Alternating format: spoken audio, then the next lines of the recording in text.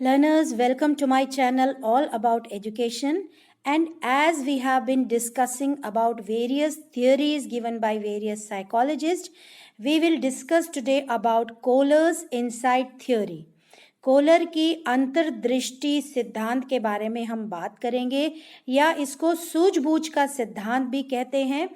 आप लोगों ने सुना होगा और याद रखें लर्नर्स कि जो कोलर हैं वो गेस्टाल्ट साइकोलॉजिस्ट हैं या गेस्टाल्ट साइकोलॉजिस्ट हैं, यानी कि ये गेस्टाल्टवादी हैं, जो हम लोग अपने पिछले वीडियो में जान चुके हैं। और अगर आपने नहीं देखा है तो मेरे वीडियो को ज़रूर देखें, जिसमें हमने गेस्टाल्ट की थ्योरी को लिया है, जिसको वर्दीमर ने दिया था। और गेस्टाल्ट की स्टडी न सिर्फ वर्दीमर ने की थी, अन्य लोगों ने भी की थी, जिनमें से आपके कोलर भी हैं, कोफ्का है, ल्यूविन है। इन लोगों ने they founded a Gestalt School of Psychology. जो गेस्टाल्ट स्कूल है मनोविज्ञान का, उसकी स्थापना करी थी। तो इन चारों का, वर्दीमर, कोफ्का, ल्यूविन एंड कोलर, इन सब का, ये सब जर्मन साइकोलॉजिस्ट थे और इन सब का बहुत बड़ा योगदान है गेस्टाल्ट स्कूल में। इसी के अंतर्गत जो कोलर हैं उन्होंने आगे सूझबूझ के सिद्धांत की स्थापना की थी, यह हमारे सामने प्रस्तुत किया, the theory of insight theory. इन्होंने जो इंसाइट थ्योरी दी थी कोलर ने, इसमें उनका कहना था कि cognitive learning happens through insight and not by trial and error. उनका कहना था कि जो भी संज्ञानात्मक अधिगम होता है, जो भी हम सीखते हैं, जो भी हम समझते हैं, वो हमारी सूझबूझ से उत्पन्न होता है। It develops from our insight what we understand and not by trial and error. उन्होंने कहा भाई त्रुटि व प्रयास से तो हम नहीं सीखते हैं। उन्होंने बिल्कुल नकार दिया इस थ्योरी को, और इस थ्योरी को आगे चलकर टोलमैन ने भी नकारा। तो ये तो वुल्फगैंग जो आपके कोलर हैं, उनका पूरा नाम है, इनके बारे में बात हुई।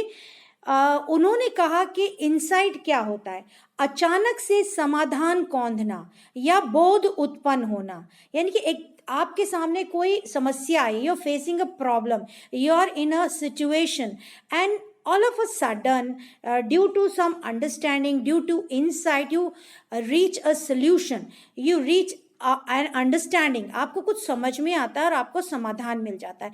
This is known as insight. एकदम से आप कुछ काम कर रहे हैं और समझ में नहीं आ रहा है कैसे होगा, और थोड़ी देर बाद एकदम से एक विचार कौंधता है आपके मस्तिष्क में, which is known as sudden flash of solution, and then you adopt it and solve the problem और फेस द सिचुएशन।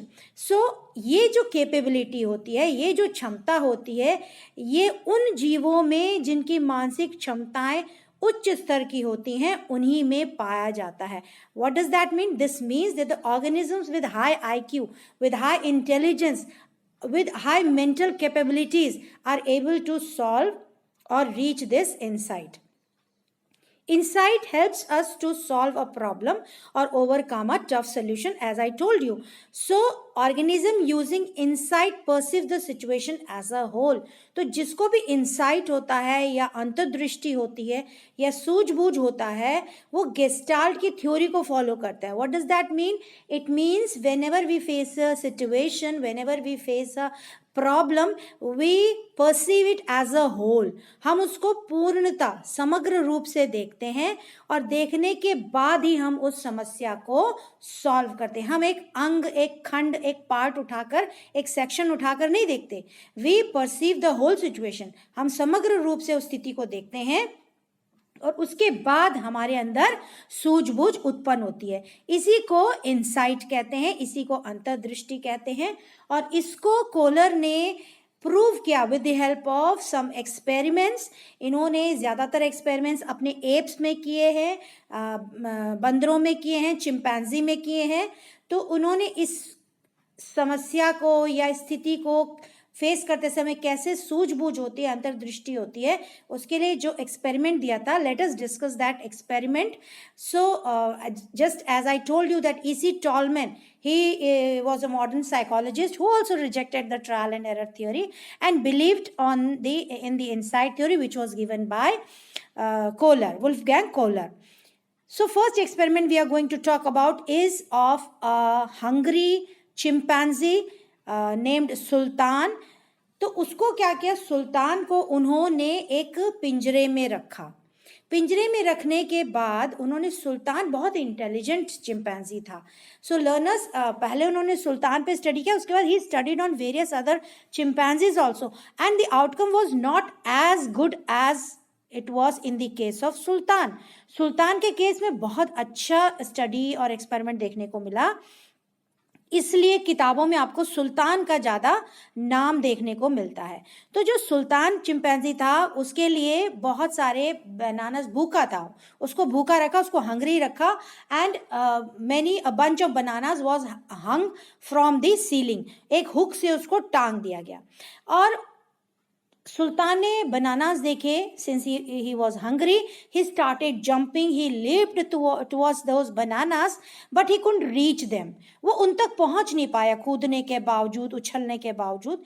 और उस पिंजड़े में बहुत सारे बॉक्सेस रखे थे, छोटे छोटे बॉक्सेस रखे थे, थोड़े ऊंचे थोड़े चौड़े बॉक्सेस रखे थे। अब उसकी समझ में नहीं आया, बॉक्सेस तो रखे हैं, थोड़ा चढ़ा, एक आदमी चढ़ा और उछला, but he couldn't reach the bananas.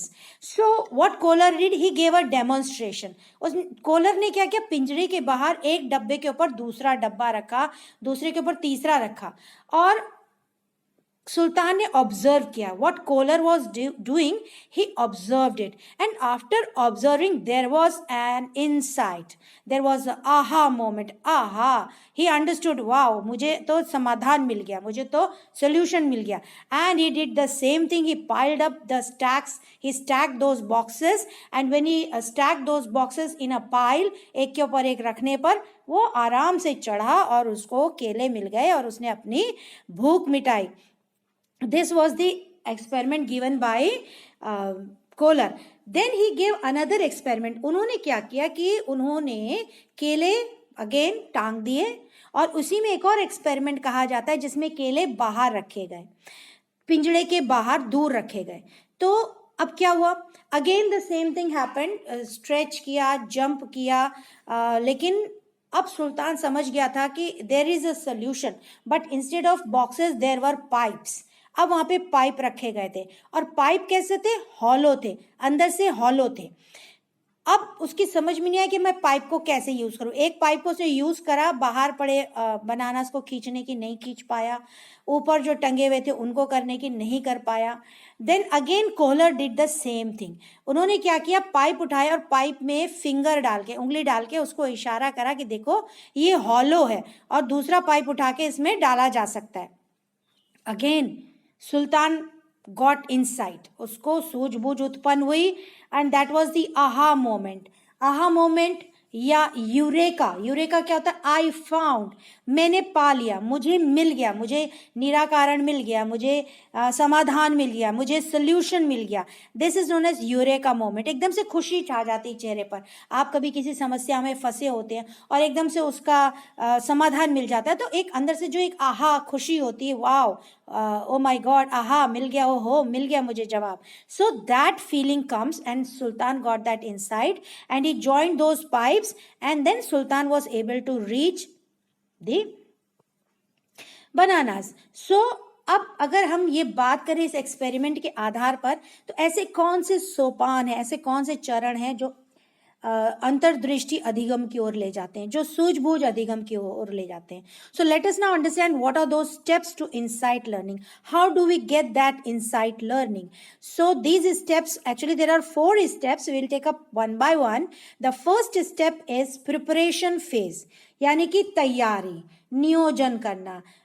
हम इस स्टेप में यहाँ पर हम तैयारी करते हैं कि कैसे हम चीज़ों को आगे बढ़ेंगे। तो इसमें क्या होता है, इसमें सबसे पहले समस्या हमारे सामने रखी जाती है, फिर हमारे सामने कुछ विषय के जो परिचित होते हैं वो उद्दीपन रखे जाते हैं, जिससे कि जो विषयी होता है वो उद्दीपन से परिचित हो पाए। फिर परिस्थितियों से जान पहचान कराई जाती है। अब इसको समझने के लिए देखिए, प्रॉब्लम क्या इंट्रोड्यूस की गई for the chimpanzee Sultan, the bananas were kept and hung from the ceiling. ये समस्या थी, बहुत ऊंचाई पे केले रखे गए या पिंजड़े से बहुत बाहर रखे गए। अब पहले तो सुल्तान ने देखा, अकस्टम हुआ, अकस्टम माने परिचित हुआ। स्टिमुलाई क्या था, उद्दीपन क्या था? केले। केले से परिचित हुआ कि okay these are bananas and I can satisfy my hunger, मैं अपनी भूख मिटा सकता हूँ इन केलों से। तो now he gets accustomed with the situation, but now he sees that the bananas are far away, केले बहुत दूर हैं। तो अब उस सिचुएशन को समझने के बाद, उसको देखने समझने परखने के बाद, उन परिस्थितियों से वो अब अनभिज्ञ नहीं है। He is now familiar to the situation, he gets accustomed to the stimuli।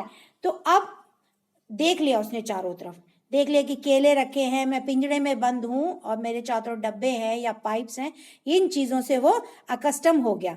तो नेक्स्ट फेज आता है इंक्यूबेशन फेज। इंक्यूबेशन फेज को क्या कहते हैं? ऊष्मायन। ऊष्मायन यानी कि इंक्यूबेशन। इंक्यूबेशन एक्चुअली में क्या होता है? सेना होता है। जैसे मुर्गी अंडों के ऊपर बैठ जाती है तो सेती है, थोड़े दिनों बाद उसमें से चूजे निकलते हैं, दैट इज इंक्यूबेशन फेज। अब जैसे सुल्तान के साथ हुआ, सुल्तान ने सारी परिस्थितियां देख ली, बट अब उसके समझ में नहीं आ रहा कि मैं केले तक कैसे पहुंचूं। वो कूदा, उसने छलांग मारी, उसने इधर उधर हाथ पैर मारे। तो एक गिव अप फेज होता है, एक छोड़ने की तैयारी होती है, इसमें एक मायूसी होती है, एक हताशा होती है, फ्रस्ट्रेशन होता है। द सब्जेक्ट फील्स दैट पता नहीं कुछ होगा नहीं होगा, will I be able to find the solution, will I be able to overcome the situation, how will I find the solution. ये एक फेज होता है जिसको इंक्यूबेशन फेज कहते हैं, जहां पर थोड़ी सी हताशा होती है, दिल मायूस हो जाता है, आप हेल्पलेस फील करते हैं, जैसे कि सुल्तान के साथ हुआ। सुल्तान इधर उधर देखता रहा, उसकी समझ में नहीं आया, केले तो हैं, डब्बे भी हैं, मैं लेकिन पिंजड़े में बंद हूं। तो उसके अंदर थोड़ी सी हताशा हुई कि मैं कैसे कूदने के बावजूद केले तक नहीं पहुंच पा रहा हूं, तो मैं कैसे अपने भूख को मिटाऊं।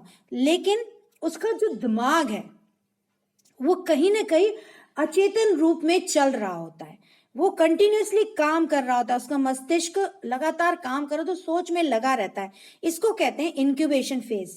जैसे कि मुर्गी कर रही है, मुर्गी अंडों के ऊपर बैठी हुई है, कुछ नहीं कर रही है क्योंकि उसको उस समय कुछ करना नहीं है, लेकिन वो सब कुछ कर रही है। वो अंडों को से रही है, वो अंडों को इस तरह से टेम्परेचर दे रही है कि कल को उसमें से चूजे निकलेंगे। So that is incubation.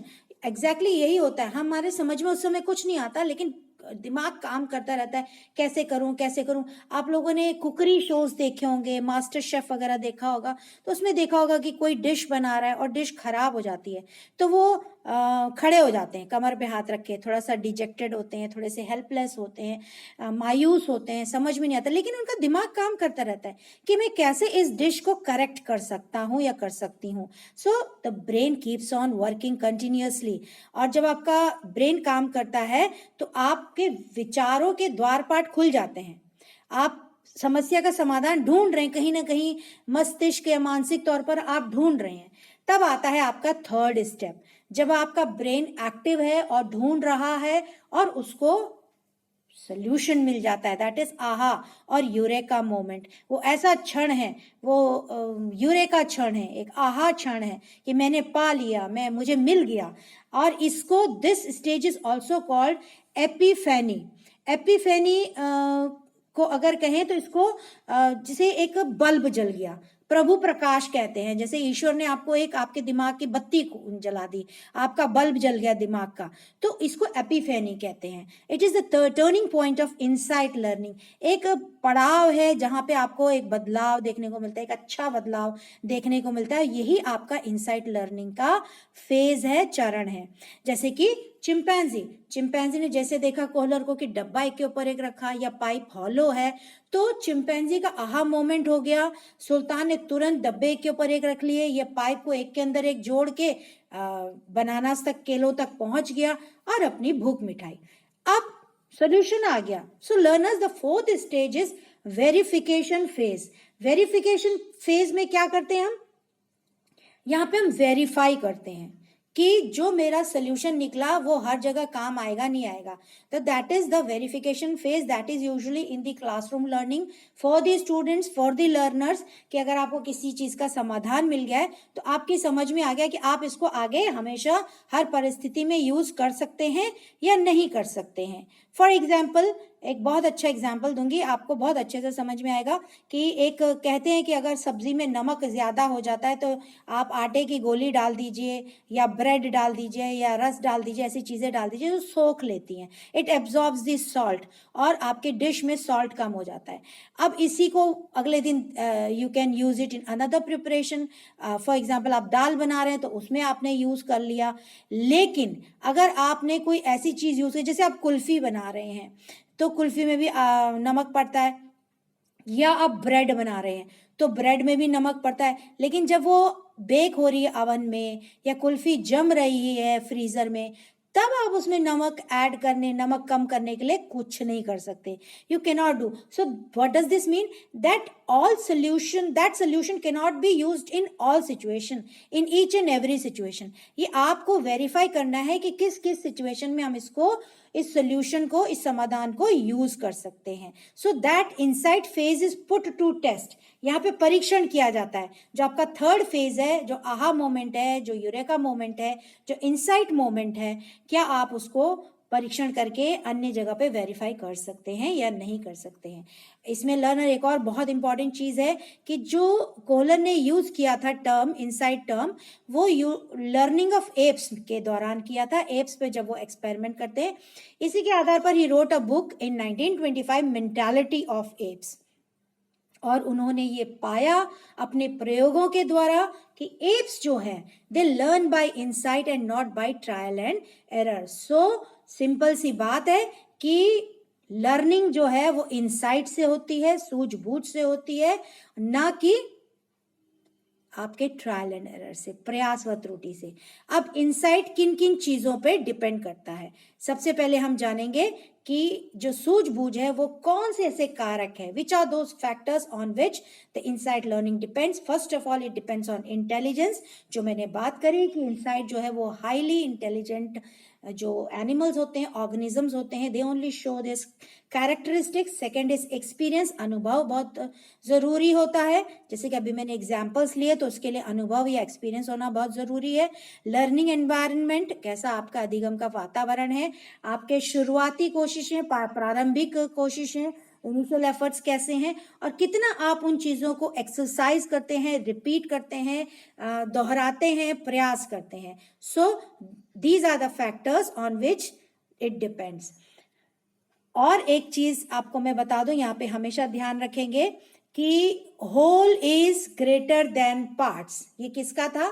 ये आपका जो मैंने बताई थी वो थी गेस्टाल्ट थ्योरी।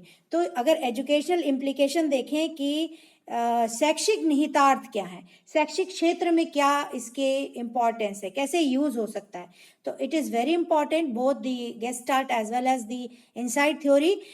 आपको सिचुएशन को समग्र रूप से देखना है, आप खंडों में नहीं देख सकते, पहले समग्र रूप से चीजों को देखिए, तब उनके खंडों की जांच करिए, लेकिन priority should be given to the whole. जैसे कि फॉर एग्जांपल बायोलॉजी क्लास हो रही है तो रेस्पिरेटरी सिस्टम, श्वसन तंत्र आप पढ़ रहे हैं, तो पहले श्वसन तंत्र ओवरऑल बताया जाता है, उसके बाद एक एक अंग, नोज, लंग्स, इनके विंड पाइप, इनके बारे में बात की जाती है। सो एज अ होल पहले रेस्पिरेटरी सिस्टम बताया जाता है। या आप भूगोल पढ़ रहे हैं, ज्योग्राफी पढ़ रहे हैं, तो कोई भी जगह पढ़ने से पहले आपको क्या दिखाया जाता है? मैप दिखाया जाता है, आपको ग्लोब दिखाया जाता है, और उसको देख के आप देखते हैं कि हाँ भाई इंडिया कहाँ है या अमेरिका कहाँ है, and then you start to study about those countries. So as a whole the situation should be perceived. ये इसका एजुकेशनल इम्प्लीकेशन है, तो क्लासरूम में बहुत जरूरी है। दूसरा, ट्रायल एंड एरर को अवॉइड करना चाहिए, जितना से दूर रहें अच्छी बात है। और intelligence and experience should be use to see relevant relationships. जब हम पढ़ रहे हैं किसी चीज को, तो जैसे फॉर एग्जांपल हम किसी सिचुएशन को एज अ होल दिख रहे हैं, लेकिन उनमें खंड होते हैं, उन खंडों में आपस में क्या रिलेशन है, हाउ दे आर रिलेटेड, उनमें क्या संबंध है, इसके लिए हमें इंटेलिजेंस और एक्सपीरियंस दोनों की जरूरत होती है, जो हम बात कर चुके हैं फैक्टर्स में। इसके अलावा motive and objective is necessary, कि हमारा उद्देश्य क्या है, हमारे लक्ष्य क्या है, ये हमें ज़रूर पता होना चाहिए। हमारे लिए उत्साहवर्धन होना चाहिए, मोटिवेशन होना चाहिए, हमारा प्रोत्साहन होना चाहिए, हमारा पुनर्बलन होना चाहिए, तो ही हमारी इनसाइट जो है वो बेहतर हो सकती है। प्रॉब्लम सॉल्विंग अप्रोच अगर आप लागू करते हैं क्लास में, समस्या समाधान उपागम, तो आपकी लर्निंग बेटर हो सकती है। जो भी सृजनात्मकता इनसाइट के दौरान, अंतर्दृष्टि के दौरान, सूझबूझ के दौरान लर्नर जो सृजनात्मकता दिखाते हैं उसको हमेशा प्रोत्साहित करना चाहिए। So then in during this learning, insight learning, maxims of teaching should be followed. अब मैक्सिम्स ऑफ टीचिंग में भी मेरा वीडियो ऑलरेडी अपलोडेड है, आप देख सकते हैं, बहुत इंपॉर्टेंट है।